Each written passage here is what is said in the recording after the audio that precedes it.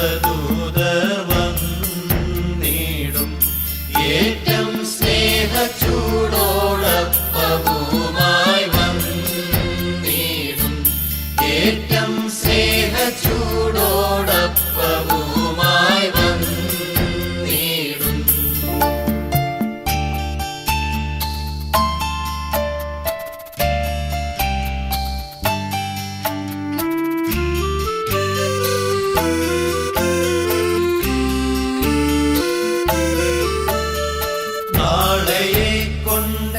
മനസ്സിൽ ലവലേശം ഭാരമില്ല. ഓരോ നാളും ദൈവമെന്നെ പോറ്റുന്നു.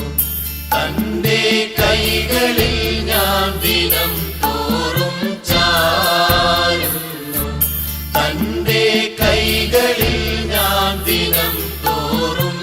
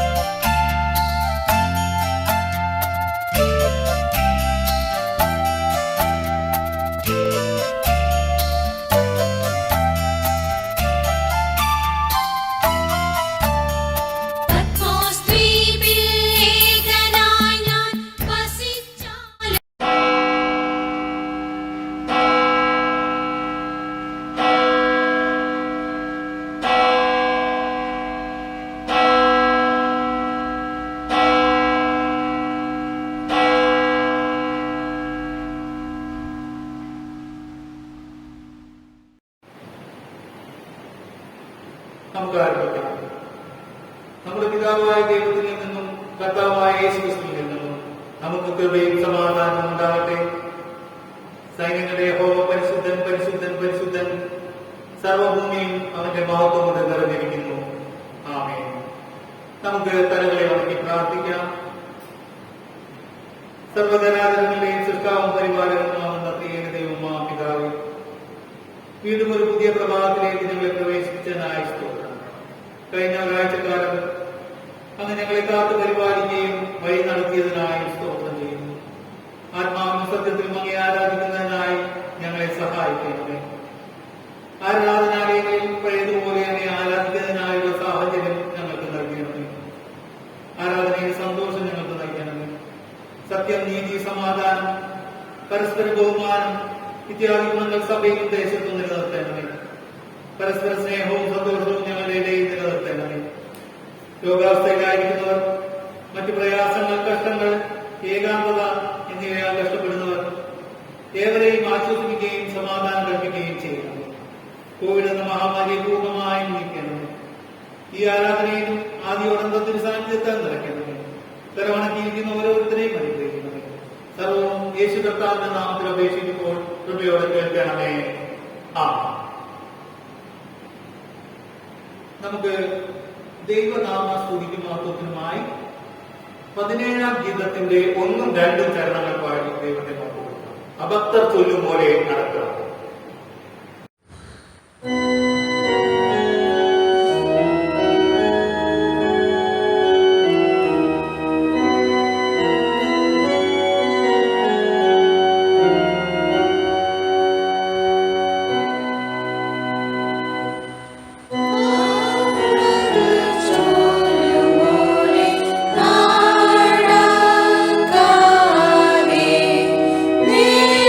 Kali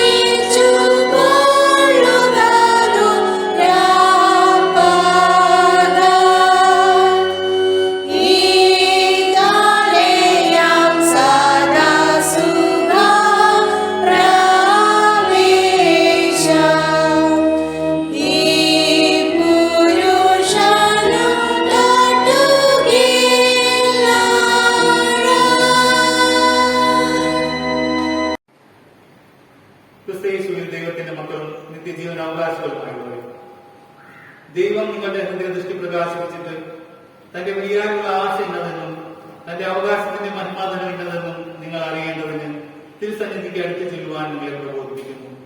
നിങ്ങളുടെ ജീവകാലം മുഴുവനും ഭയം കൂടാതെ വിശുദ്ധിയിലും നീതിയിലും തിരുസേവ ചെയ്യുവാൻ പിതാവ്, പുത്രൻ, പരിശുദ്ധാത്മാവ് എന്ന ത്രിയേക ദൈവം നിങ്ങൾക്ക് കൃപ നൽകുമാറാകട്ടെ. സകലവും അവനിൽ നിന്നും അവനാലും അവങ്കിലേക്കുമാകുമല്ലോ. എന്നാൽ നാം പാപം ചെയ്തിട്ടുള്ളവരും ദൈവത്തിന്റെ പരിശുദ്ധ സന്നിധിയിൽ നിൽപ്പാൻ യോഗ്യതയില്ലാത്തവരുമാണ് ഓർത്ത് പരമാർത്ഥമായ അനുതാപത്തോടെ നാം പാപം ഏറ്റുപറയുക. സ്വർഗസ്ഥ പിതാവായ ദൈവമേ, ഞാൻ പല പ്രകാരത്തിലും കൊടിയ പാപം ചെയ്തിരിക്കുന്നു. പ്രത്യക്ഷമായ കൽപ്പനകളെ ലംഘിച്ചു നടന്നതിനാൽ മാത്രമല്ല, മനസ്സിലെ രഹസ്യ വിചാരങ്ങളാലും കൂടെ തന്നെ. എന്റെ ഈ കുറ്റങ്ങളൊക്കെയും ഓർത്ത് ഞാൻ പരമാർത്ഥമായി പശ്ചാത്താപപ്പെടുകയും നിർവ്യാജം ദുഃഖിക്കുകയും ചെയ്യുന്നു. മഹാദയാലുവായ ദൈവമേ, എന്നോട് കരുണ തോന്നണമേ. വാത്സല്യപുത്രനായ യേശുവിനെ വിചാരിച്ച് എന്റെ പാപമൊക്കെയും ക്ഷമിച്ച് എന്റെ ബലഹീനതകളെ ജയിപ്പാൻ കാരുണ്യപൂർവ്വം സഹായിക്കണമേ. ദിവ്യ സ്നേഹ സംസർഗത്തിൽ എന്നെ തിരികെ ചേർത്തുകൊള്ളുകയും തിരുമുമ്പിൽ പ്രസാദമായുള്ളത് പ്രവർത്തിക്കേണ്ടതിന് എന്നെ ബലപ്പെടുത്തുകയും ചെയ്യണമേ. ആമേൻ. പാപങ്ങളെ ഓർത്ത് ദുഃഖിച്ച് ദൈവകരുണയും പാപമോചനവും അന്വേഷിക്കുന്ന എല്ലാവരും സുവിശേഷത്തിലെ ആശ്വാസവചനം കേട്ടുകൊള്ളുകയും കർത്താവ് താൻ തന്നെ നമ്മോട് പ്രകാരം പറയുന്നു: എന്റെ അടുക്കൽ വരുന്നവനെ ഞാൻ ഒരു പ്രകാരത്തിലും തള്ളിക്കളകയില്ല. നിങ്ങളുടെ പാപം ഇനി ഞാൻ ഓർക്കുകയുമില്ല. നിങ്ങളുടെ പാപങ്ങൾ ചുവപ്പായിരുന്നാലും ഹിമം പോലെ കൊടുക്കും, രക്താംബര പോലെ ചുവപ്പായിരുന്നാലും പഞ്ഞി പോലെ ആയിത്തീരും. ഞാൻ നിങ്ങൾക്ക് പുതിയൊരു ഹൃദയം തരും. ഞാൻ എന്റെ ആത്മാവിനെ നിങ്ങളുടെ ഉള്ളിലാക്കും. നിങ്ങളെ എന്റെ ചട്ടങ്ങളിൽ നടക്കുമാറാക്കും. നിങ്ങൾ എന്റെ വിധികളെ പ്രമാണിച്ചനുസരിക്കുകയും ചെയ്യും. എന്നാൽ അനുതാപമില്ലാത്തവരോട് ദൈവത്തിന്റെ അരുളപ്പാട് പ്രകാരമാകുന്നു: അരുളി ചെയ്യുന്നവനെ നിരസിക്കാതിരിക്കാൻ നോക്കുന്നു. ഭൂമിയിൽ അരുളി ചെയ്തവനെ നിരസിച്ചവർത്തേക്ക് ഒഴിയാതിരുന്നുവെങ്കിൽ സ്വർഗത്തിൽ നിന്ന് അരുളി ചെയ്യുന്നവനെ നാം വിട്ടുമാറിയാൽ എത്രയധികം. എന്നാണ് ദുഷ്ടന്റെ മരണത്തിലല്ല, ദുഷ്ടൻ തന്റെ വഴിവിട്ട് തിരിഞ്ഞ് ജീവിക്കുന്നില്ല അത്രേ എനിക്ക് ഇഷ്ടമുള്ളത് എന്ന് യഹോവയായ കർത്താവിന്റെ അരുളപ്പാട്. ആമേൻ. നമുക്ക് ദൈവത്തിന് സ്തോത്രം അർപ്പിച്ച് പ്രാർത്ഥിക്കാം. സർവശക്തനായ ദൈവമേ, മനസ്സരിവുള്ള പിതാവേ, ഞങ്ങളോടും സകല മനുഷ്യരോടും കാണിച്ചു വരുന്ന ദയാവാത്സല്യങ്ങൾക്കായി വളരുതാത്ത ഞങ്ങളുള്ള നന്ദി ഏറ്റവും താഴ്മയിൽ അർപ്പിച്ചുകൊള്ളുന്നു. ഞങ്ങളെ സൃഷ്ടിച്ചതിനും പരിപാലിച്ചു വരുന്നതിനും ഈ ആയുഷിൽ അനുഗ്രഹിച്ചതിനും ഞങ്ങൾ തിരുനാമത്തിന് സ്തോത്രം അർപ്പിക്കുന്നു. എന്നാൽ എല്ലാറ്റിനും മീതെ ഞങ്ങളുടെ കർത്താവായ യേശുക്രിസ്തു മുഖാന്തരം ലോകത്തെ വീണ്ടെടുത്ത അമൂല്യ സ്നേഹനിമിത്തവും തിരുവചനം, വിശുദ്ധ ചൊൽക്കുറികൾ, യേശുക്രിസ്തു മുഖാന്തരം ലഭിക്കാനുള്ള തേജസ്സിന്റെ പ്രത്യാശ എന്നിവ ഞങ്ങൾക്ക് നൽകിയത് നിമിത്തവും ഞങ്ങൾ തിരുനാമത്തെ വാഴ്ത്തുന്നു. ഞങ്ങൾ പരമാർത്ഥമായ നന്ദി കാണിപ്പാൻ തിരുസേവയ്ക്കായി ഞങ്ങളെ മുഴുവനും സമർപ്പിച്ചു. ഞങ്ങളുടെ ആയുഷ്കാലമൊക്കെയും തിരുമുമ്പിൽ വിശുദ്ധിയിലും നീതിയിലും ജീവിച്ചുകൊണ്ട് അതരങ്ങളാൽ മാത്രമല്ല നടപ്പിനാലും കൂടെ തിരുസ്തുതിയെ വർണ്ണിപ്പാനും തൃക്കാലം നിങ്ങൾ വേണ്ടുവണ്ണം ബോധിപ്പാനാണ് ഞങ്ങളെ പ്രാപ്തരാക്കണമേ.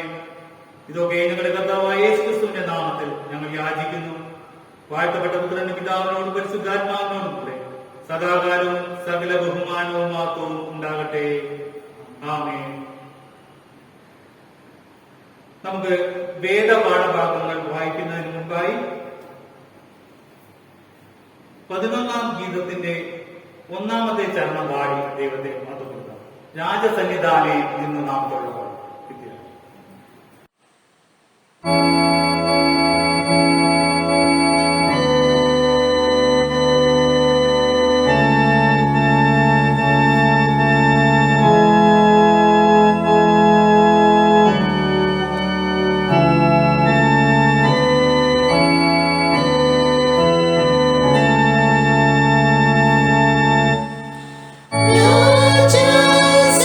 രാജസന്നിധാനേ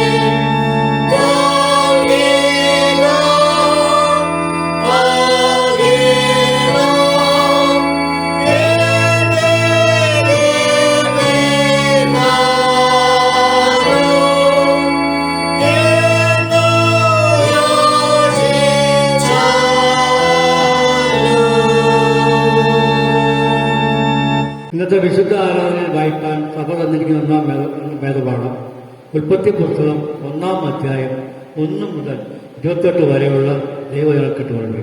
ഉൽപ്പത്തി പുസ്തകം 1-ാം അധ്യായം 1 മുതൽ 28 വരെ. ആദിയിൽ ദൈവം ആകാശവും ഭൂമിയെ സൃഷ്ടിച്ചു. ഭൂമി പാഴായി ശൂന്യമായി ഇരുന്നു. ആഴത്തിന്മീതെ ഇരുൾ ഉണ്ടായിരുന്നു. ദൈവത്തിന്റെ ആത്മാവ് വെള്ളത്തിന്മീതെ പരിവർത്തിച്ചുകൊണ്ടിരുന്നു. വെളിച്ചം ഉണ്ടാകട്ടെ എന്ന് ദൈവം കൽപ്പിച്ചു. വെളിച്ചം ഉണ്ടായി. വെളിച്ചം നല്ലത് എന്ന് ദൈവം കണ്ടു. ദൈവം വെളിച്ചവും ഇരുളും തമ്മിൽ വേർപിരിച്ചു. ദൈവം വെളിച്ചത്തിന് പകൽ എന്നും ഇരുളിന് രാത്രി എന്നും പേരിട്ടു. സന്ധ്യയായി വിശ്വസമായി 1-ാം ദിവസം.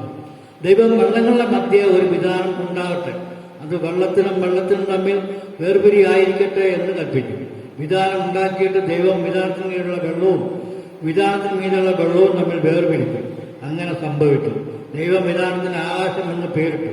സന്ധ്യയായി വിശ്വസമായി 2-ാം ദിവസം. ദൈവം ആകാശത്തിനുള്ള വെള്ളം ഒരു സ്ഥലത്ത് കൂടട്ടെ, ഉണങ്ങിയ നിലം കാണട്ടെ എന്ന് കൽപ്പിച്ചു. അങ്ങനെ സംഭവിച്ചു. ഉണങ്ങിയ നിലത്തിന് ദൈവം ഭൂമി എന്നും വെള്ളത്തിന്റെ കൂട്ടത്തിന് സമുദ്രമെന്നും പേരിട്ടു. നല്ലത് എന്ന് ദൈവം കണ്ടു. ഭൂമിയിൽ നിന്നും പുല്ലും വിത്തുള്ള സസ്യങ്ങളും ഭൂമിയിൽ അതുതരം വിത്തുള്ള ഫലം കഴിക്കുന്ന വൃക്ഷങ്ങളും മുളച്ചു വരട്ടെ എന്ന് ദൈവം കൽപ്പിച്ചു. അങ്ങനെ സംഭവിച്ചു. ഭൂമിയിൽ നിന്ന് പുല്ലും അതുതരം വിത്തുള്ള ഫലം കഴിക്കുന്ന വൃക്ഷങ്ങളും മുളച്ചു വന്നു. നല്ലത് എന്ന് ദൈവം കണ്ടു. സന്ധ്യയായി വിശ്വസമായി 3-ാം ദിവസം. പകലും രാവും തമ്മിൽ വേർപിരിവാൻ ആകാശവിധാനത്തിൽ വെളിച്ചങ്ങൾ ഉണ്ടാകട്ടെ. അവ അടയാളങ്ങളായും കാലം, ദിവസം, സംവത്സരം എന്നിവ തിരിച്ചറിവനായും ഉതകട്ടെ. ഭൂമിയെ പ്രകാശിപ്പാൻ ആകാശവിധാനത്തിൽ അവ വെളിച്ചങ്ങളായിരിക്കട്ടെ എന്ന് ദൈവം കൽപ്പിച്ചു. അങ്ങനെ സംഭവിച്ചു. പകൽ വാഴേണ്ടതിന് വലിപ്പമേറിയ വെളിച്ചവും രാത്രി വാഴേണ്ടതിന് വലിപ്പം കുറഞ്ഞ വെളിച്ചവും ആയി 2 വലിയ വെളിച്ചങ്ങളെ ദൈവം ഉണ്ടാക്കി. നക്ഷത്രങ്ങളെ ഉണ്ടാക്കി. ഭൂമിയെ പ്രകാശിപ്പാനും പകലും രാത്രിയും വാഴുവാൻ വെളിച്ചത്തെയും ഇരുളിനെയും തമ്മിൽ വേർപിരിപ്പാനുമായി ദൈവം അവയെ ആകാശവിധാനത്തിൽ നിർത്തി. നല്ലത് എന്ന് ദൈവം കണ്ടു. സന്ധ്യയായി വിശുദ്ധമായി 4-ാം ദിവസം. വെള്ളത്തിൽ ജലജന്തുക്കൾ ഊട്ടമായി ജനിക്കട്ടെ. ഭൂമിയുടെ മീതെ ആകാശവിധാനത്തിൽ പറവയാതി പറക്കട്ടെ എന്ന് ദൈവം കൽപ്പിച്ചു. ദൈവം വലിയ തിമിംഗലങ്ങളെയും വെള്ളത്തിൽ കൂട്ടമായി ജനിക്കുന്ന അതോതരം ജീവജന്തുക്കളെയും അതോതരം പറവയാതിയെയും സൃഷ്ടിച്ചു. നല്ലത് എന്ന് ദൈവം കണ്ടു.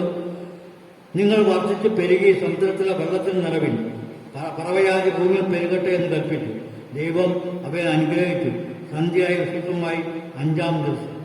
അതോതരം കന്നുകാലി, ഇഴജാതി, കാട്ടുമൃഗം ഇങ്ങനെ അതോതരം ജീവജന്തുക്കൾ ഭൂമിയിൽ ഉളവാകട്ടെ എന്ന് ദൈവം കൽപ്പിച്ചു. അങ്ങനെ സംഭവിച്ചു.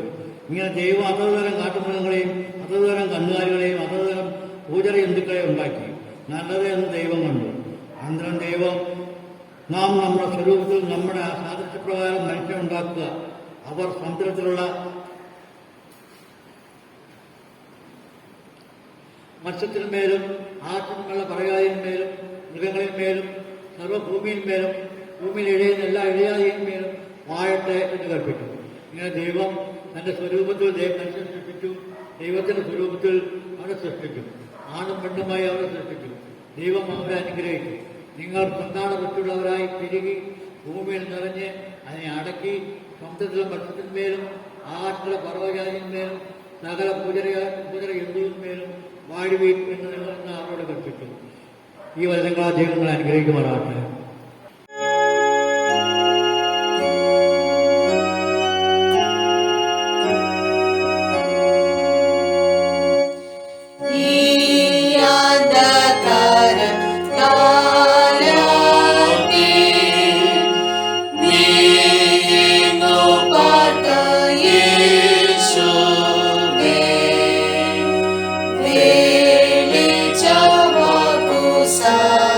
Bye.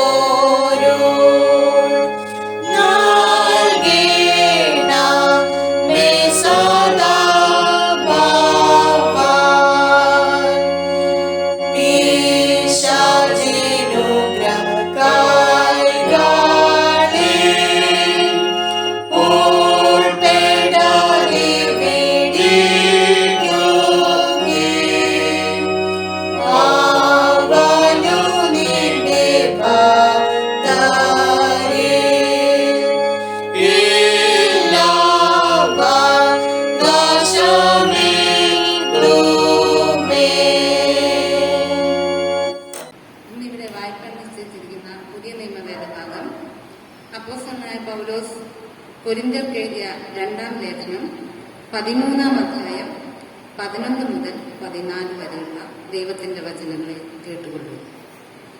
തീർച്ചയ്ക്ക് സഹോദരന്മാരെ, സന്തോഷിപ്പിൻ, യഥാസ്ഥാനപ്പെടുവിൻ, ആശ്വസിച്ചുകൊള്ളുവിൻ, ഏക മനസ്സുള്ളവരാകുവിൻ, സമാധാനത്തോടെ ഇരിപ്പിൻ. എന്നാൽ സ്നേഹത്തിന്റെയും സമാധാനത്തിന്റെയും ദൈവം നിങ്ങളോട് കൂടെ ഇരിക്കും. വിശുദ്ധ ചുംബനം കൊണ്ട് അന്യോന്യം വന്ദനം ചെയ്യുവിൻ. വിശുദ്ധന്മാർ എല്ലാവരും നിങ്ങൾക്ക് വന്ദനം ചൊല്ലുന്നു.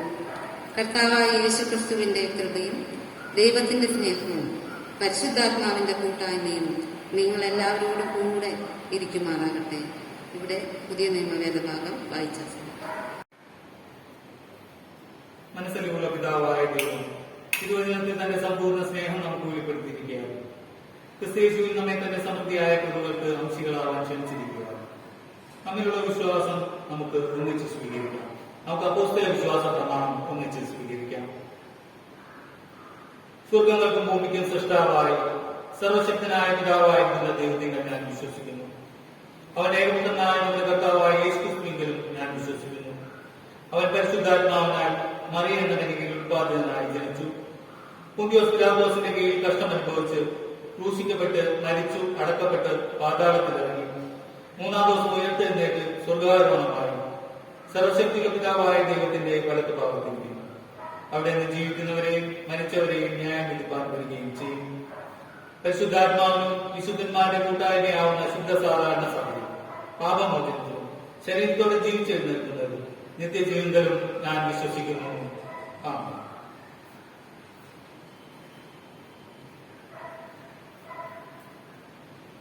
സഭയോട് അറിയിക്കാനുള്ള കാര്യങ്ങൾ.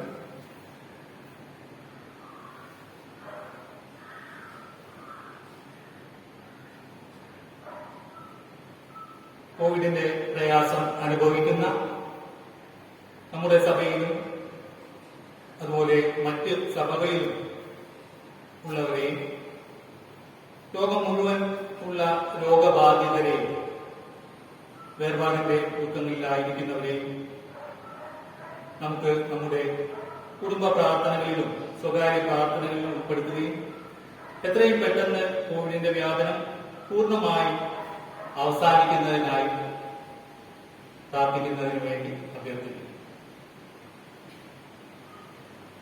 മറ്റൊരു അറിയിപ്പ് കഴിഞ്ഞ ആഴ്ച പറഞ്ഞ ഒരു അറിയിപ്പ് തന്നെയാണ്. പള്ളിവരി മറ്റ് കുടിശ്ശികകൾ ഉള്ളവരെല്ലാം പെട്ടെന്ന് തന്നെ അത് അടയ്ക്കുവാൻ ശ്രദ്ധിക്കണമെന്ന് അഭ്യർത്ഥിക്കുന്നു. മറ്ററിയിപ്പുകളുണ്ട്.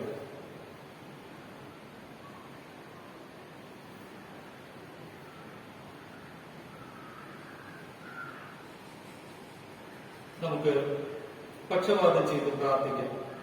ഓരോരുവരും മറ്റുള്ളവർക്ക് വേണ്ടി പ്രാർത്ഥിക്കണമെന്ന് വിശുദ്ധ അപ്പോസ്തലന്മാർ മുഖാന്തരം നമ്മുടെ കർത്താവ് ചെയ്തിരിക്കുകയാണ്.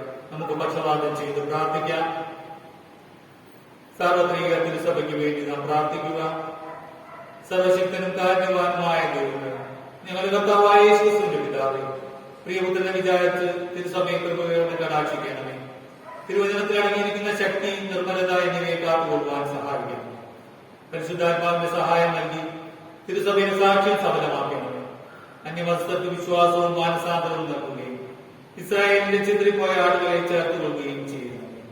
ഞെരുക്കത്തിലും പീഡനങ്ങളിലും ഇരിക്കുന്ന സഭകളെ നിങ്ങൾ പ്രത്യേകമായി തിരിഞ്ഞു പുലർത്തുന്നു.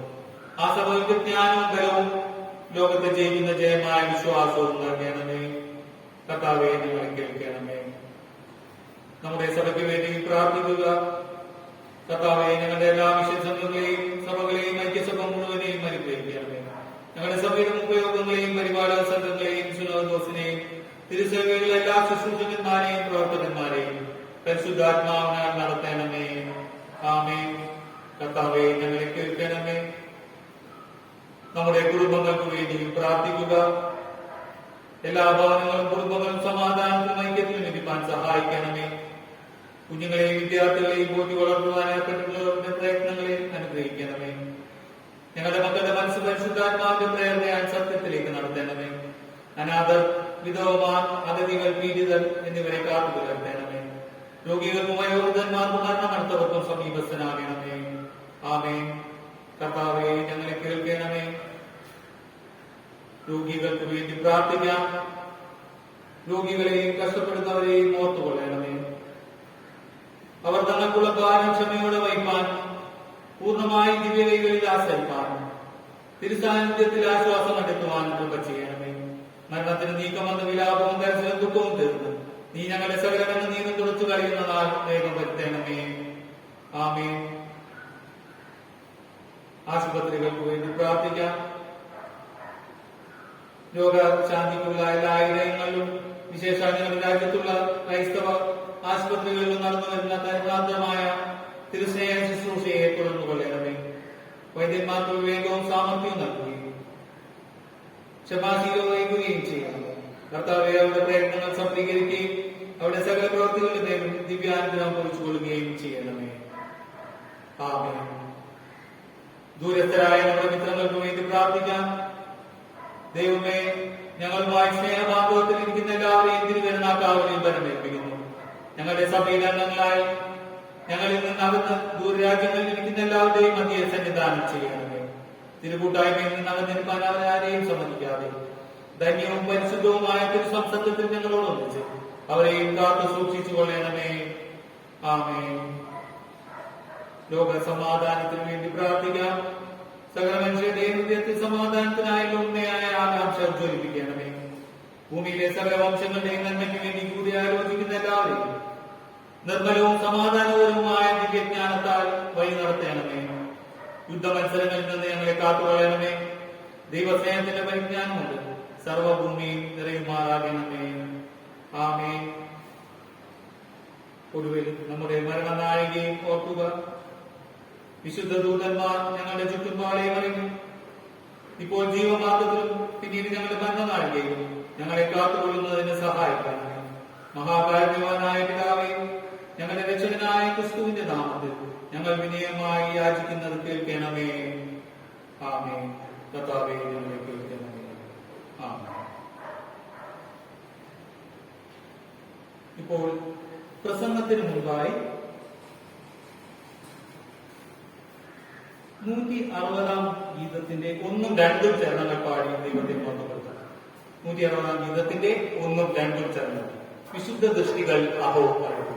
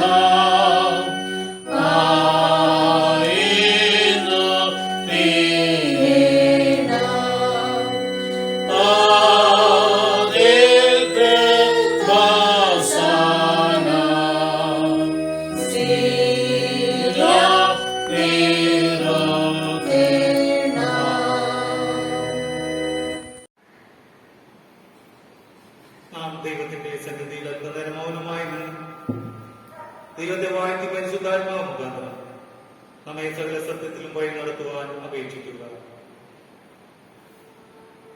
വാഴ്ത്തപ്പെട്ട കർത്താവേ, എല്ലാ തിരുവഴുത്തും നിങ്ങളുടെ ഉപദേശത്തിനായി എഴുതിച്ചിരിക്കുന്നുവല്ലോ. അവ ഞങ്ങൾ കേട്ടും അംഗീകരിച്ചും കൊള്ളുവാൻ സഹായിക്കണം. തിരുവചനത്തിൽ നിന്ന് ലഭിക്കാവുന്ന ശാന്തിയാലും ആശ്വാസത്താലും യേശുവിൽ ഞങ്ങൾക്ക് നൽകിയിരിക്കുന്ന നിത്യജീവന്റെ ധന്യമായ പ്രത്യാശയിൽ ഉറച്ചു നിൽക്കാൻ കൃപ ചെയ്യണമേ. ആമേൻ.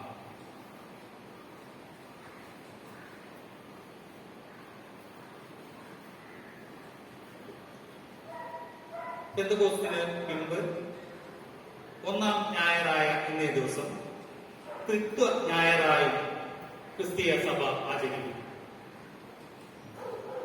ദൈവത്തിന്റെ പൂർണ്ണ ആളത്വത്തെയും സ്വഭാവത്തെയും ധ്യാനിക്കുന്ന ദിവസമാണ് ട്രിനിറ്റി സൺഡേ അഥവാ ത്രിത്വ ഞായർ.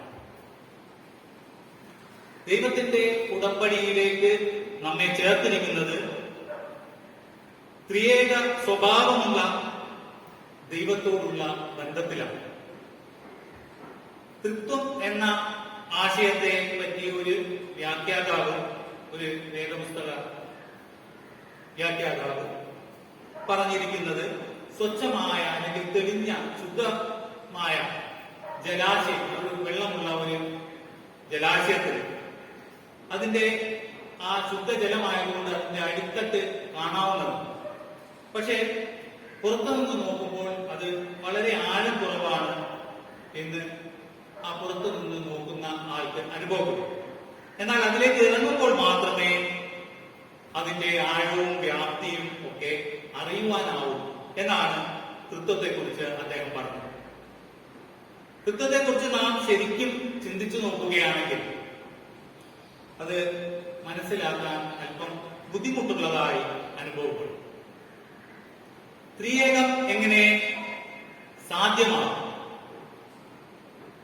യഹോവയായ ദൈവം, പുത്രനായ ദൈവം, പരിശുദ്ധാത്മാവായ ദൈവം,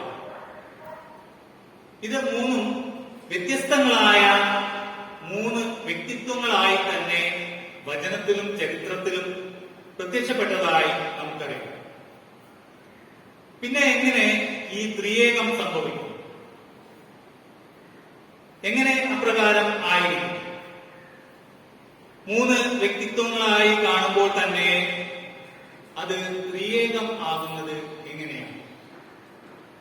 കൂടുതലായി നാം ചിന്തിക്കുമ്പോൾ ഇത്തരത്തിലുള്ള ആലോചനകളും ചിന്തകളും ഒക്കെ നമ്മുടെ മനസ്സിൽ കടന്നുപോകും. ത്രിത്വത്തെക്കുറിച്ച് ഒരു കഥയുണ്ട്. ഒരുപക്ഷെ എല്ലാം കേട്ട കഥയായിരിക്കാം. ഒരു പുരോഹിതൻ ത്രിത്വത്തെക്കുറിച്ച് ചിന്തിക്കുകയായിരുന്നു. ഇതുപോലെ ട്രിനിറ്റി സൺഡേക്ക് വേണ്ടിയോ മറ്റോ പ്രസംഗം ഉണ്ടാക്കാനും മറ്റായിരുന്നിരിക്കാം. അദ്ദേഹം ത്രിത്വത്തെക്കുറിച്ച് വളരെ ഗാഢമായി ചിന്തിച്ചുകൊണ്ടിരുന്നു. അങ്ങനെ അദ്ദേഹം ആ ചിന്തയിലായിക്കൊണ്ട് തന്നെ ഒരു ദിവസം വൈകുന്നേരം സമയം കടൽക്കരയിൽ ഇരുന്നുകൊണ്ട് അച്ഛൻ ഈ ത്രിത്വത്തെക്കുറിച്ച് വളരെ ഗാഢമായി ചിന്തിച്ചുകൊണ്ടിരുന്നു. വൈകുന്നേര സമയമായതിനാൽ കുറെ ആളുകൾ ബീച്ചിലൊക്കെ ഉണ്ടായിരുന്നു. കുടുംബമായും അതുപോലെ തന്നെ കൂട്ടുകാരൊന്നും ഒറ്റയ്ക്കും അനേകരങ്ങനെ കുട്ടികളൊക്കെയായി അനേകര കടൽ തീരത്ത് ഉണ്ടായിരുന്നു. അച്ഛൻ അവിടെ ആ മണൽപ്പരപ്പിൽ അങ്ങനെ ഇരുന്നുകൊണ്ട് ഈ ട്രിനിറ്റിയെ പറ്റി, ത്രിത്വത്തെ പറ്റി ചിന്തിച്ചുകൊണ്ടിരിക്കുകയായിരുന്നു. അപ്പോൾ ആ കൂട്ടത്തിൽ നിന്നും ഒരു ചെറിയ ആൺകുട്ടി അച്ഛൻ ഇരിക്കുന്നതിന് തൊട്ട് മുൻപായി വന്ന് അവിടെ ഒരു ചെറിയ കുഴി തന്റെ കൈകൊണ്ട് അവിടെ കുഴിച്ച് ഒരു ചെറിയ കുഴി ഉണ്ടാക്കി. അതിനുശേഷം അവൻ ഓടിച്ചെന്ന് കടലിൽ നിന്ന് തന്റെ രണ്ട് കൈ കൊണ്ടും കോരി, കടൽ വെള്ളം കോരി കൊണ്ടുവന്ന് ഈ കുഴി കുഴിക്കുവാൻ ആരംഭിച്ചു. അങ്ങനെ വീണ്ടും ഓടി കടലിലേക്ക് തിരിച്ചു വന്ന് ഈ കുഴിയിലേക്ക് ഒഴിക്കും. അങ്ങനെ കുട്ടി പല തവണ ഇത് ചെയ്തുകൊണ്ടിരുന്നു. അച്ഛൻ ഈ കുഞ്ഞിനെ ശ്രദ്ധിച്ചുകൊണ്ട് തന്നെ ഇരിക്കുകയായിരുന്നു. കുറച്ചു കഴിഞ്ഞപ്പോൾ അനേകം തവണ ഈ കുട്ടി ഈ പ്രകാരം ആവർത്തിച്ചപ്പോൾ അച്ഛൻ ആ കുഞ്ഞിനെ വിളിച്ചു. നീ എന്താണ് ഈ ചെയ്തുകൊണ്ടിരിക്കുന്നത് എന്ന് ആ കുഞ്ഞിനോട് ചോദിച്ചു. അപ്പോൾ ആ കുട്ടി പറഞ്ഞു, ഞാൻ ഈ കടൽ വറ്റിക്കുകയാണ്. താൻ കുഴിച്ച ആ ചെറിയ കുഴിയിലേക്ക് കോരി ഒഴിച്ച് ആ ചെറിയ കൈയിൽ കോരി കൊണ്ടുവന്ന് ആ കുട്ടി ആ കടൽ വറ്റിക്കുകയാണ്. പെട്ടെന്ന് തന്നെ അച്ഛന് ബോധ്യം വന്നു, താൻ ചെയ്തുകൊണ്ടിരിക്കുന്ന അതേ പ്രവൃത്തി തന്നെയാണ് കുട്ടിയും ചെയ്തുകൊണ്ടിരിക്കുന്നത്. ആ കുഞ്ഞു കുഴിച്ച ആ ചെറിയ കുഴി പോലെയുള്ള ആ മനുഷ്യ ബുദ്ധിയിലേക്ക് ഉൾക്കൊള്ളാവുന്നതല്ല ത്രിത്വത്തെക്കുറിച്ചുള്ള ചിന്ത എന്ന് അച്ഛന് ബോധ്യമായി എന്നാണ് ആ കഥ. തൃത്വത്തെക്കുറിച്ച് അതിന്റെ ആഴവും അർത്ഥവും അറിയണമെങ്കിൽ അതിന് ദൈവീക വെളിപ്പെടുത്തലും ദൈവീകമായ ആ ദൈവീക ശബ്ദവും അത് തിരിച്ചറിയുന്നതിനുള്ള വിനയവും വിശുദ്ധിയും വിവേകവും എല്ലാം ആവശ്യമാണ്. ദൈവശാസ്ത്രജ്ഞനായ ഇമ്മാനുവൽ കെന്റ് പറഞ്ഞത്, ത്രിയേക ദൈവത്തിൽ വിശ്വസിക്കുന്നവന് മാത്രമേ ത്രിയേക ദൈവത്തെ മനസ്സിലാക്കുവാൻ സാധിക്കൂ എന്നാണ്. തൃത്വം ക്രിസ്തീയ ഉപദേശത്തിന്റെ അടിസ്ഥാന തത്വമാണ്. ത്രിയേക ദൈവ സ്വഭാവം വേദപുസ്തകത്തിലെ ഒരു പൊതു വിഷയമാണ്. സകലത്തിനും അല്ലെങ്കിൽ എല്ലാറ്റിലും വെച്ച് ആദ്യനും അന്ത്യനും സ്ഥലകാലങ്ങൾക്ക് അതീതനുമായ ത്രിയേക ദൈവം, അതീതനുമാണ് ത്രിയേക ദൈവം. എന്നാൽ ദൈവത്തെ പറ്റിയുള്ള തൃത്വ ദർശനം മാനുഷിക നിരീക്ഷണങ്ങളിൽ നിന്നും ഉടലെടുത്ത ഒരു ആശയമല്ല, മനുഷ്യൻ സൃഷ്ടിച്ച ഒരു ആശയമല്ല തൃത്വം എന്നുള്ളത്. ദൈവത്തിന്റെ സ്വയം വെളിപ്പെടുത്തലിന്റെ ദർശനമാണ്. മമ്രയുടെ തോപ്പിൽ കൂടാരവാതിൽക്കൽ ഇരിക്കുകയായിരുന്ന അബ്രഹാമിന് ത്രിയേക ദൈവം പ്രത്യക്ഷപ്പെട്ട് അബ്രഹാമിനും കുടുംബത്തിനും ലഭിക്കാൻ പോകുന്ന അനുഗ്രഹത്തെ ഓർപ്പിച്ചതായി നമുക്ക് അവിടെ കാണുവാൻ സാധിക്കും, പഴയ നിയമത്തിൽ കാണുവാൻ സാധിക്കുന്നുണ്ട്. ക്രിസ്തീയ ദൈവശാസ്ത്രത്തിൽ ത്രിയേക ദൈവം സൃഷ്ടാവ്, പരിപാലകൻ, വീണ്ടെടുപ്പുകാരൻ എന്നീ നിലകളിൽ കർമ്മനിരതനാണ്. ഭാരതീയ ദർശനത്തിൽ അതായത് ഹിന്ദുമത ചിന്തയിൽ ഇത് മൂന്ന് ദൈവങ്ങളുടെ പ്രവർത്തനമായി നമുക്ക് കാണുവാനായിട്ട് സാധിക്കുന്നുണ്ട്. ബ്രഹ്മാവ്, വിഷ്ണു, ശിവൻ എന്നീ മൂന്ന് ദൈവങ്ങളുടെ ഒരു പ്രവർത്തനമായി അവിടെ കാണുവാൻ സാധിക്കുന്നു. പക്ഷെ അതിലൊരു വ്യത്യാസമുണ്ട്. സൃഷ്ടി, സ്ഥിതി, സംഹാരം എന്നാണ് ആ ദർശനം, ഹിന്ദുമത ദർശനം. ക്രിസ്തീയ സഭയുടെ വിശ്വാസ പ്രമാണത്തിൽ സർവ്വലോകങ്ങൾക്കും മുമ്പേ തന്റെ പിതാവിൽ നിന്ന് ജനിപ്പിക്കപ്പെട്ടവൻ എന്നാണ് കർത്താവിനെ കുറിച്ച് പറഞ്ഞിരിക്കുന്നത്. അതുപോലെ പരിശുദ്ധാത്മാവിനെ കുറിച്ച് വേദപുസ്തകത്തിൽ പറയുന്നത് പിതാവിൽ നിന്നും പുത്രനിൽ നിന്നും പുറപ്പെടുന്ന പരിശുദ്ധാത്മാവ് എന്നാണ്. ഇത് തൃത്വത്തിൽ ഒരുവനും തുല്യനുമാണ് പരിശുദ്ധാത്മാവ് എന്ന് വ്യക്തമാക്കുന്നു. പിതാവും പുത്രനും പരിശുദ്ധാത്മാവും ഒന്നാണ്.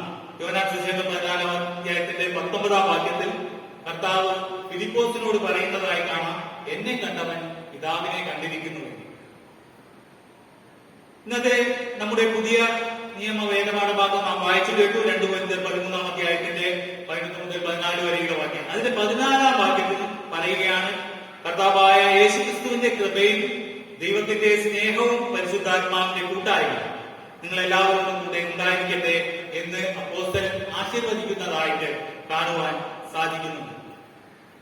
സാധാരണയായി നമ്മുടെ പ്രാർത്ഥനകളുടെയും ആരാധനകളുടെയും സമാപനമായി നാം സാധാരണ ഉപയോഗിക്കുന്ന ഈ ആശീർവാദ വാക്യം ദൈവത്തിന്റെ പൂർണ്ണ ആളത്വത്തെയും സ്വഭാവത്തെയും വെളിപ്പെടുത്തുന്ന നിർവചനമാണ്.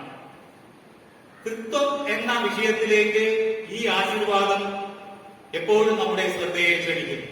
ത്രിയേക ദൈവത്തെ കുറിച്ച് നമുക്ക് ഈ ആശീർവാദം കേൾക്കുമ്പോൾ ഓർമ്മ വരും. എന്നാൽ തൃത്വത്തെ കുറിച്ചുള്ള ഉപദേശം ദൈവശാസ്ത്രജ്ഞന്മാരുടെ ചിന്തയുടെയും അതുപോലെ ചർച്ചകളുടെയും ഒരു സൃഷ്ടിയാണ്. അവർ അത് സാധാരണക്കാരായ വിശ്വാസികളുടെ മേൽ അടിച്ചേൽപ്പിച്ചതാണ് എന്ന് ചിന്തിക്കുന്നവരുണ്ട്.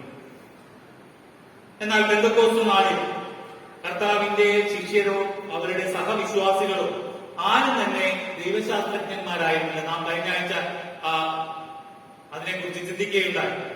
അവരെല്ലാവരും ഏകസത്യ ദൈവത്തിലുള്ള ഉറച്ച വിശ്വാസികളായിരുന്ന യഹൂദന്മാരായിരുന്നു.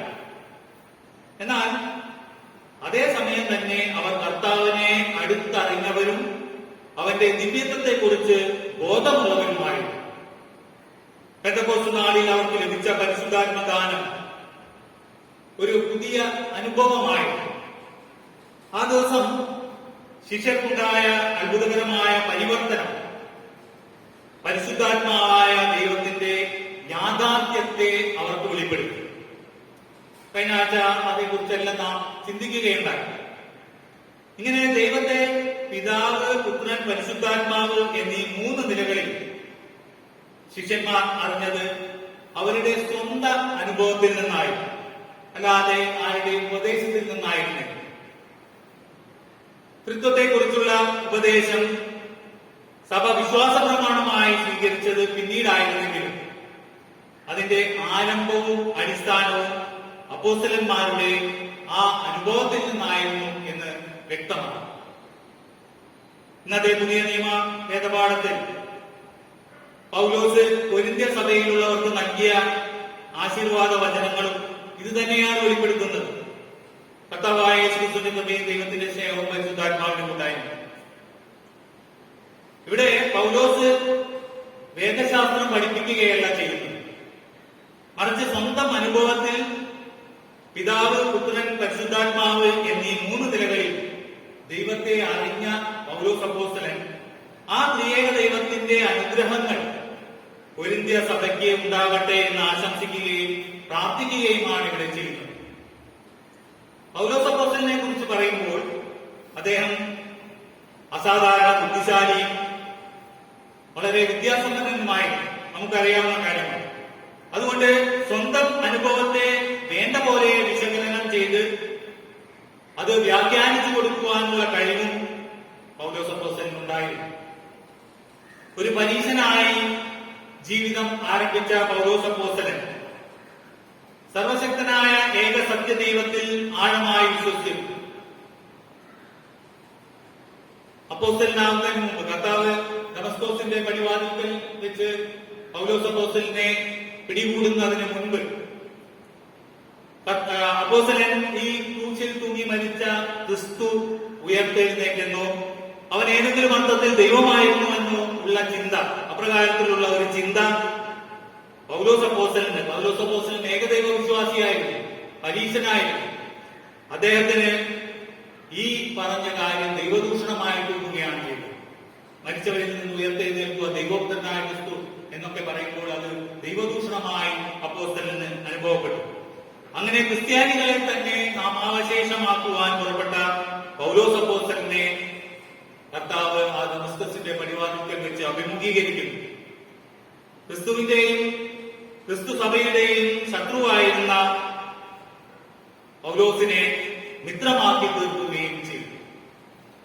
ആ നിമിഷം മുതൽ അത് കർത്താവുമായുണ്ടായ ആ കൂടിക്കാഴ്ച, ആ അനുഭവപ്പെട്ട ആ നിമിഷം മുതൽ യേശുക്രിസ്തുവിന്റെ കൃപ അവന്റെ ജീവിതത്തിലെ ഏറ്റവും വലിയ യാഥാർത്ഥ്യമായി തീരുകയും അദ്ദേഹം യേശുവിന്റെ ആജ്ഞാനുവർത്തിയും അപ്പോസ്തലനുമായി ജീവിതം തുടരുകയും ചെയ്തു. അപ്പോൾ പരിശുദ്ധാത്മാവിന്റെ നിരന്തരമായ നടത്തിപ്പും താങ്ങും തുണയും അദ്ദേഹത്തിന് അനുഭവപ്പെടുകയും ചെയ്തു. സൃഷ്ടാവും പിതാവുമായ ദൈവത്തിന്റെ സ്നേഹം, യേശുക്രിസ്തുവിൽ മനുഷ്യാവതാരം ചെയ്ത ദൈവത്തിന്റെ കൃപ, പരിശുദ്ധാത്മാവിലൂടെ ഹൃദയത്തിൽ സന്നിധനായ ദൈവത്തിന്റെ കൂട്ടായ്മ, ഇവയെല്ലാം പൗലോസിന് അനുഭവപ്പെട്ടു, തന്റെ ജീവിതത്തിൽ അനുഭവപ്പെട്ടു. ഈ അനുഭവം തന്റെ സഹവിശ്വാസികൾക്ക് ഉണ്ടാകട്ടെ എന്ന് ആശംസിക്കുകയാണ് പൗലോസ് അപ്പോസ്തലൻ ഇവിടെ ഈ വേദപാഠ ഭാഗത്തിൽ, നാം വായിച്ചു കേട്ട ഈ വേദപാഠ ഭാഗത്തിൽ ചെയ്യുന്നത്. ഈ അനുഭവം ഓരോ ക്രിസ്ത്യാനിക്കും ഉണ്ടാവേണ്ടതുമാണ്. ത്രിത്വം എന്ന പദം ഇപ്പോഴും ദുർഗ്രാഹ്യമായ അല്ലെങ്കിൽ മനസ്സിലാക്കാൻ ബുദ്ധിമുട്ടുള്ള ഒരു ദൈവശാസ്ത്ര തത്വമായിട്ടാണ് പലർക്കും അനുഭവപ്പെടുക. എന്നാൽ യഥാർത്ഥത്തിൽ ദൈവത്തെക്കുറിച്ചുള്ള ശരിയായ ധാരണയാണ് അത് നമുക്ക് നൽകുന്നത്. ദൈവത്തിൽ 3 ആളത്വങ്ങൾ ഉണ്ടെങ്കിലും ദൈവം ഏകനാണെന്നുള്ള വസ്തുത തത്വോപദേശം ഊന്നി പറയുന്നു. ഈ 3 ആളത്വങ്ങളിൽ ഒന്നിനെയും നമുക്ക് വേർതിരിച്ച് കാണുവാൻ സാധിക്കുകയില്ല. സ്ഥിരീകരണ ക്ലാസ്സിലെ കുട്ടികൾക്ക് പഠിക്കാനുള്ള ചോദ്യമുണ്ട്. നമ്മളൊക്കെ സ്ഥിരീകരണ ക്ലാസ് പഠിച്ചവരാണ്. അതിന്റെ 15ാമത്തെ ചോദ്യത്തിൽ ഒരു ചോദ്യമുണ്ട്. ഈ ഏക ദൈവത്വത്തിൽ വിശേഷങ്ങളുണ്ടോ എന്ന് പറഞ്ഞ ഒരു ചോദ്യമുണ്ട്, 15ാമത്തെ ചോദ്യം. ആ ചോദ്യത്തിന്റെ ഉത്തരമായി പറയുന്നത് പിതാവ്, പുത്രൻ, പരിശുദ്ധാത്മാവ് എന്നീ 3 ഉണ്ട് എന്നാണ് അതിന്റെ ഉത്തരം. ഇത് തൃത്വത്തെ കുറിച്ചുള്ള ചിന്തയാണ്. തൃത്വത്തെ കുറിച്ച് ചിന്തിക്കുമ്പോൾ അതിന് ഏറ്റവും എളുപ്പമായി ഒരു ഉദാഹരണമായി നമുക്ക് പറയുവാൻ സാധിക്കുക സൂര്യനെയാണ്. സൂര്യനെ നമുക്ക് വളരെ അടുത്തറിയാവുന്ന ഒരു ഗോളമാണ്. സൂര്യന്റെ ചൂടും വെളിച്ചവും സൂര്യനെ അറിയുന്നതിന് നമ്മെ സഹായിക്കും. നമുക്കറിയാം മറ്റ് ഗ്രഹങ്ങളിലേക്കൊക്കെ ചന്ദ്രനിലും ചൊവ്വയിലും ഒക്കെ ഈ അടുത്ത സമയത്ത് പോലും അമേരിക്കയിലെ പേടകം പോയി ഇറങ്ങിയതും അവിടെ ഹെലികോപ്റ്റർ ഭൂമിയിൽ ഇരുന്ന് നിയന്ത്രിച്ചതുമൊക്കെ നമുക്ക് മാധ്യമങ്ങളിലൊക്കെ നാം കാണുകയുണ്ടായി. എന്നാൽ ഇതുപോലെ മറ്റ് ഗ്രഹങ്ങളിലെ ഒക്കെ അന്വേഷിച്ച് മനുഷ്യൻ പോയതുപോലെ സൂര്യനിലേക്ക് പോകുവാൻ സാധിക്കില്ല. കാരണം സൂര്യനോട് അടുക്കുവാൻ സാധിക്കാത്ത ഒരു വലിയ കത്തിജ്വലിക്കുന്ന ഒരു ഗോളമാണ് സൂര്യൻ. സൂര്യനിലേക്ക് ഒരിക്കലും സൂര്യനെ കുറിച്ച് കൂടുതൽ പഠനങ്ങൾ നടത്തുവാനും ഒക്കെ വളരെ ബുദ്ധിമുട്ട് സൃഷ്ടിക്കുന്ന അതിനടുത്തേക്ക് പോകുവാൻ സാധിക്കാറുണ്ട്. പക്ഷെ നമുക്ക് എങ്ങനെയാണ് സൂര്യനെ നമുക്ക് അറിയുന്നത്? സൂര്യന്റെ പ്രകാശവും സൂര്യന്റെ ചൂടും ഇത് രണ്ടുമാണ് നാം സൂര്യനുണ്ട് എന്നറിയുന്നത്. പകൽ സമയം ഒരു ഉച്ച സമയം 12 മണിക്കൊക്കെ നാം പുറത്തിറങ്ങുമ്പോൾ നമുക്കറിയാം സൂര്യനുണ്ട് മുകളിൽ. സൂര്യനെ നമ്മൾ നോക്കുന്നൊന്നുമില്ല, അർത്ഥനേത്രങ്ങൾ കൊണ്ട് കാണുവാൻ സാധിക്കില്ല. പക്ഷെ സൂര്യന്റെ പ്രകാശം നാം കാണുന്നു. അതുകൊണ്ട് നമുക്കറിയാം സൂര്യൻ അവിടെയുണ്ട്. സൂര്യന്റെ പ്രകാശം നാം കാണുന്നുണ്ട്. അതുപോലെ തന്നെ സൂര്യന്റെ ചൂട് നാം അനുഭവിക്കുന്നുണ്ട്. ഇതുപോലെ തന്നെയാണ് തൃത്വത്തെ നാം മനസ്സിലാക്കേണ്ടത്. ദൈവം അടുത്തുകൂടാൻ സാധിക്കാത്ത പരിശുദ്ധനായ ദൈവത്തെ നമുക്ക് അടുത്തുകൂടാൻ പറ്റാത്ത വെളിച്ചമാണ് ദൈവം. ആ ദൈവത്തെ നാം തിരിച്ചറിയുന്നത് പ്രകാശമാകുന്ന ക്രിസ്തു ഭൂമിയിൽ വന്ന് നാം കണ്ടറിഞ്ഞു. സൂര്യന്റെ പ്രകാശം കാണുന്നത് പോലെ നാം കണ്ടറിയുന്ന സൂര്യനെ തിരിച്ചറിയുന്ന പോലെ ദൈവത്തെ തിരിച്ചറിയുന്നത് ക്രിസ്തുവിൽ കൂടി. ആ ക്രിസ്തുവിൽ ചൂട്, അതുപോലെ സൂര്യനിൽ നിന്ന് ലഭിക്കുന്ന ചൂട് പോലെ നമുക്ക് പരിശുദ്ധാത്മാവിനെ മനസ്സിലാക്കുവാൻ സാധിക്കും. ആ ദൈവത്തിന്റെ പ്രകാശവും അതിന്റെ ആ ചൂടും ആയി നമുക്ക് ഈ ട്രിനിറ്റി മനസ്സിലാക്കുവാൻ സാധിക്കും. അതായത് പരിശുദ്ധാത്മാവും ക്രിസ്തുവും പ്രകാശവും ആ സൂര്യന്റെ ചൂടുമായി നാം മനസ്സിലാക്കുന്നത് പോലെ ഈ ട്രിനിറ്റിയെ നമുക്ക് എളുപ്പത്തിൽ മനസ്സിലാക്കുവാനായി സാധിക്കും. അതുകൊണ്ട് ദൈവത്തിന്റെ ഈ 3 ആളത്തങ്ങളിൽ ഒന്നിനെയും നമുക്ക് വേർതിരിച്ച് ചിന്തിക്കുവാൻ സാധിക്കില്ല. ഇതുപോലെ തന്നെ നമുക്ക് സൂര്യനെ മാത്രമായിട്ട് സൂര്യനായി കാണുവാൻ സാധിക്കില്ല. പ്രകാശത്തെ മാത്രം എടുത്ത് ഇതാണ് സൂര്യൻ എന്ന് പറയുവാൻ സാധിക്കില്ല. ആ ചൂട് അനുഭവിക്കുമ്പോൾ നമുക്ക് സൂര്യനാണ് എന്ന് പറയുവാൻ സാധിക്കില്ല. ഇത് 3 കൂടി ചേരുമ്പോഴാണ് ആ സൂര്യൻ പൂർണ്ണനായി തീരുന്നത്. എന്ന് പറഞ്ഞതുപോലെ ദൈവത്തിന്റെ 3 ആളത്തങ്ങളിൽ ഒന്നിനെയും നമുക്ക് വേർതിരിച്ച് ചിന്തിക്കുവാൻ സാധിക്കില്ല. അങ്ങനെ ചിന്തിച്ചാൽ എന്താണ് സംഭവിക്കുക? ദൈവത്തെ മാത്രം സർവശക്തനും സൃഷ്ടാവുമായി നാം സങ്കല്പിക്കുന്ന പക്ഷം ദൂരെ ഇരുന്നുകൊണ്ട് ഭരണം നടത്തുന്ന ഒരു മഹാശക്തിയായിട്ട് മാത്രം നമുക്ക് ദൈവം അനുഭവപ്പെടും. അതുപോലെ ക്രിസ്തുവിനെ കുറിച്ച് മാത്രം ഏകമായി നാം ചിന്തിക്കുകയാണെങ്കിൽ അവിടെ എന്താണ് സംഭവിക്കുക?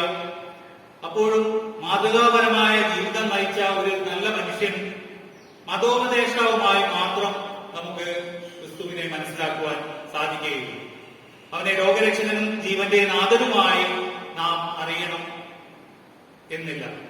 അങ്ങനെ ഒറ്റയ്ക്ക് നാം ക്രിസ്തുവിനെ മാത്രമായി കാണുന്നു. അതുപോലെ തന്നെ പിതാവായ ദൈവത്തിൽ നിന്ന് അന്യനും ദിവ്യത്വമില്ലാത്തവനുമായ ഒരു യേശു നമുക്കൊരു പക്ഷേ ഒരു മാതൃകയായിരുന്നേക്കാം, ഒരിക്കലും നമ്മുടെ രക്ഷകനായിരിക്കുകയില്ല.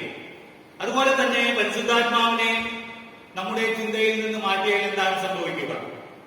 പരിശുദ്ധാത്മാവ് നമ്മുടെ ഹൃദയത്തിൽ വസിക്കുന്നവനായി നാം വിശ്വസിക്കുന്നില്ലെങ്കിൽ നാം കേൾക്കുന്ന ഉൾവിളി ദൈവത്തിൻ്റെതായിരിക്കണം എന്നില്ല. നമ്മുടെ നടത്തിപ്പ് അത് ദൈവ നടത്തിപ്പ് ആയിരിക്കണം എന്നുമില്ല. പരിശുദ്ധാത്മാവിന്റെ ശരിയായ നിയന്ത്രണത്തിലല്ലാതെ പ്രാർത്ഥനയും അതുപോലെ ദൈവിക ബലങ്ങൾക്കായുള്ള കാത്തിരിപ്പും അത് തെറ്റായ വഴിയിലേക്കായിരിക്കും നമ്മെ നയിക്കുക. പരിശുദ്ധാത്മാവ് തൃത്വത്തിൽ ഒരുവനായതുകൊണ്ട് തൃത്വത്തിലെ തുല്യ ശക്തിയാണ് എന്ന് നാം മനസ്സിലാക്കേണ്ടതായിരുന്നു. കർത്താവിന്റെ പ്രബോധനങ്ങളുടെ ശരിയായ അർത്ഥം, കർത്താവ് ഈ ഭൂമിയിൽ പറഞ്ഞ ആ പ്രബോധനങ്ങളുടെയൊക്കെ അർത്ഥം നാം ഗ്രഹിക്കുവാൻ അത് പരിശുദ്ധാത്മാവാണ് നമ്മെ സഹായിക്കുന്നത്. അപ്പോസ്തലന്മാർ കർത്താവിൽ നിന്ന് കേട്ട അതേ സാക്ഷ്യം പരിശുദ്ധാത്മാവ് ഇന്നും സഭയിൽ അതുപോലെ തന്നെ നിലനിർത്തുന്നു. കർത്താവിന്റെ പ്രബോധനങ്ങളെ ഇന്നും സജീവമായി നിലനിർത്തിക്കൊണ്ടിരിക്കുന്നത് തൃത്വത്തിൽ ഒരുവനായ പരിശുദ്ധാത്മാവാണ്. പരിശുദ്ധാത്മാവിനെ പലപ്പോഴും ത്രിയേകതയിലെ ആ തുല്യ ശക്തിയായി പലപ്പോഴും പരിഗണിക്കപ്പെടാറില്ല. പരിശുദ്ധാത്മാവിനെ പറ്റി വിശദമായി പരാമർശിച്ചിട്ടുള്ള യോഹന്നാൻ സുവിശേഷത്തിൽ പരിശുദ്ധാത്മാവിനെ എല്ലാ ദൈവിക സവിശേഷതകളോടുകൂടി അവിടെ അവതരിപ്പിച്ചിരിക്കുന്നതായി യോഹന്നാൻ സുവിശേഷത്തിൽ നമുക്ക് കാണുവാൻ സാധിക്കുന്നു. യോഹന്നാൻ സുവിശേഷം 16-ാം അധ്യായത്തിന്റെ 7-ാം വാക്യത്തിൽ ഞാൻ പോകാനാൽ കാര്യസ്ഥൻ നിങ്ങളുടെ അടുക്കൽ വരികയില്ല, ഞാൻ പോയാൽ അവനെ നിങ്ങളുടെ അടുക്കൽ അയക്കും എന്നാണ് അവിടെ കാണുന്നത്. കഴിഞ്ഞ ആഴ്ചയിലെ വേദപാഠ ഭാഗത്ത് നാം അത് വായിച്ചു കഴിഞ്ഞു. ഇവിടെ മലയാളം തർജ്ജമയിൽ കാര്യസ്ഥൻ എന്ന പദമാണ് കാണുന്നത്. പരിശുദ്ധാത്മാവിനെ കുറിച്ച് കാര്യസ്ഥൻ എന്ന പദമാണ് മലയാളത്തിൽ ഉപയോഗിച്ചിരിക്കുന്നത്. ആ പദത്തിന് ഒരു തുല്യത ഇല്ലാത്തതായി മലയാളത്തിലുള്ള അർത്ഥത്തിൽ അത് കാര്യസ്ഥൻ എന്ന് പറയുമ്പോൾ തുല്യതയില്ലാത്ത, ഈ ട്രിനിറ്റി തുല്യതയില്ലാത്തതായിട്ട് നമുക്ക് അനുഭവപ്പെടാം. കാര്യസ്ഥൻ മറ്റൊരാളുടെ കീഴെയുള്ള ആളാണ് എന്ന തരത്തിലുള്ള ഒരു തോന്നൽ നമുക്ക് ഉണ്ടാകാൻ സാധ്യതയുണ്ട്.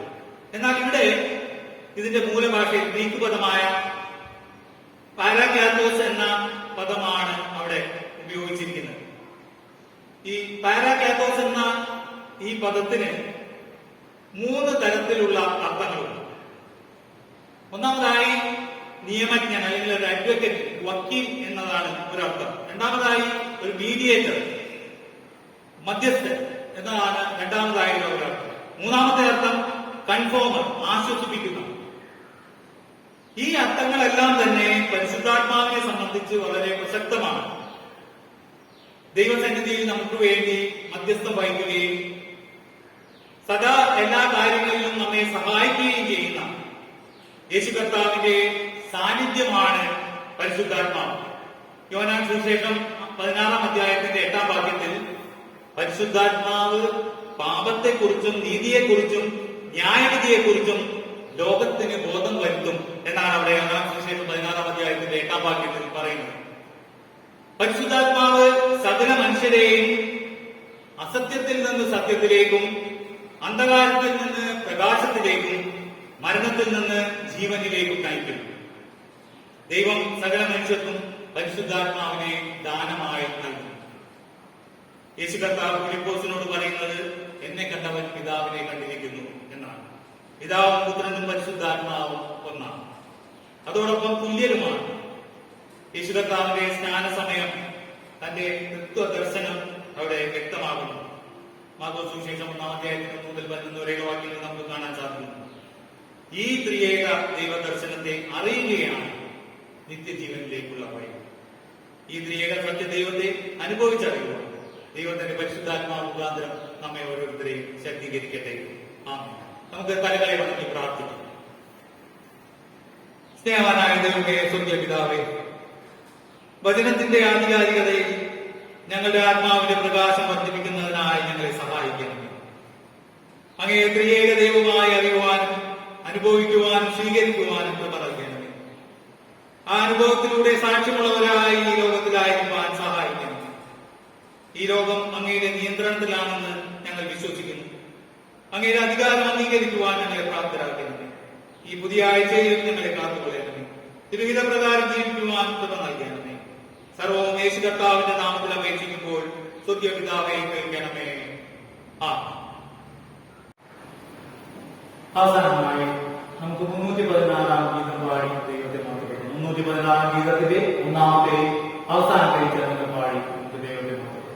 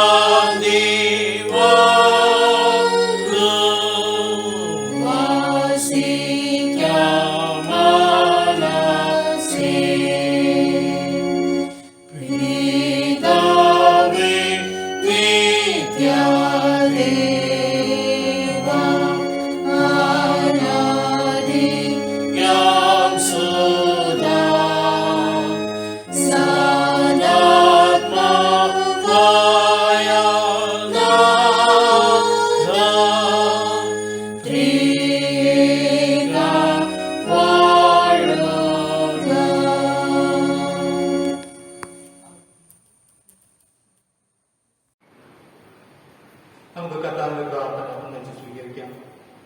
സ്വർഗ്ഗസ്ഥനായ ഞങ്ങളുടെ പിതാവേ, നിന്റെ നാമം വിശുദ്ധീകരിക്കപ്പെടണമേ.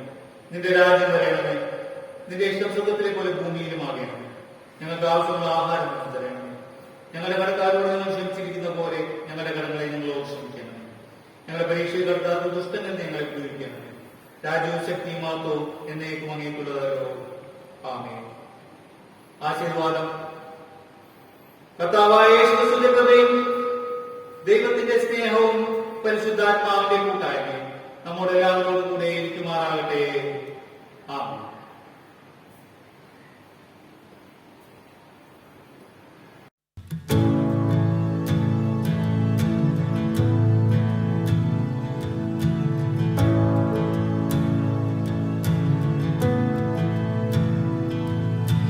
Grace that flows like a river, washing over me. Fount of heaven, love of Christ, overflow in me. Thank you, Jesus. You set me free. Christ, my Savior, you rescued me.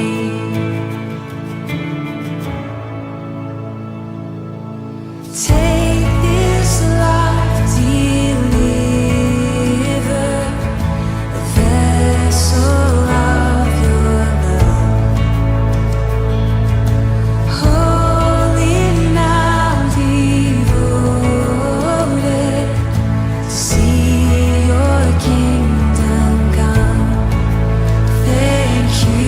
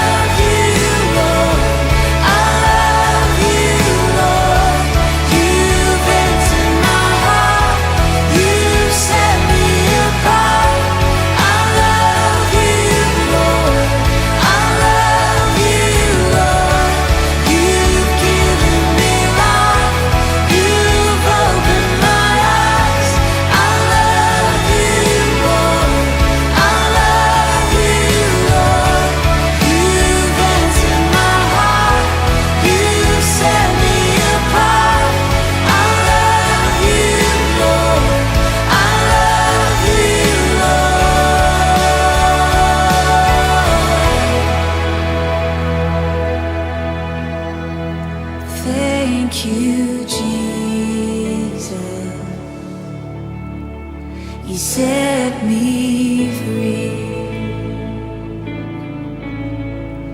Christ my Savior, you rescued me. Thank you, Lord. Thank you, Jesus. You set me free. Christ my Savior, you rescued